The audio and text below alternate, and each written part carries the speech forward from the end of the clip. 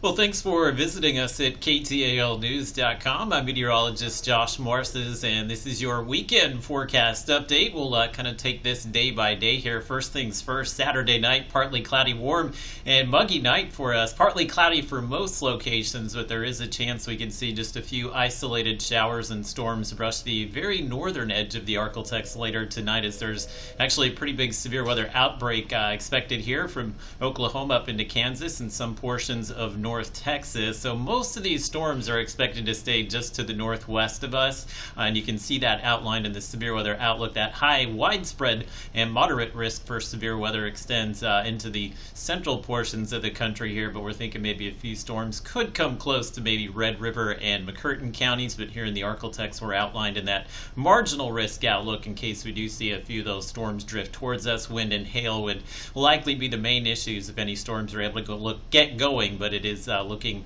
extremely unlikely that we would see any widespread weather here. This would be more of an isolated severe weather threat later tonight. So taking a look at your Robinson Futurecast, it does show those storms coming very close to us around 11 p.m. or midnight tonight, but after that they will fizzle out pretty quickly. So I do not expect that we'll see any severe storms anywhere else in the Arctic. Kind of starting out your Sunday morning with some mostly cloudy conditions, but we will warm up and the heat will continue. So during the day tomorrow, that will be the main thing for us, is just kind of watching these temperatures continue to go up and up. Most of us today in the low 90s, low to mid 90s will kind of be the target temperatures tomorrow. So it should feel just as hot. We have the humidity running extremely high as well. So heat index again tomorrow afternoon, especially between about 1 and 6 p.m. will be at or just above 100 degrees. So if you're out there with doing some of your weekend yard work or some of the festivities going on around town, just make sure you're staying hydrated here, as this is summer-like heat for us,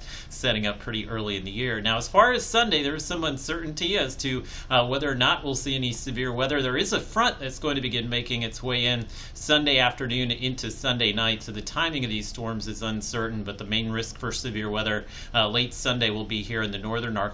And as we go through time here, your Robinson Futurecast picking things up late Sunday. It does show the stronger storms kind of coming in Sunday night, but I'll caution everybody it's a chance that we could see the storms arrive well before that in the afternoon and evening. If the storms get here around 4 to 7 p.m. on Sunday, they'd have more ingredients for severe weather, and we can't rule out maybe some wind and hail and even an isolated tornado or two. And then this line of storms will likely progress south on Monday morning, and I think will likely dry out in most areas on Memorial Day, but on Monday afternoon it's not out of the question. We could see a few strong storms maybe down towards Toledo Bend Reservoir.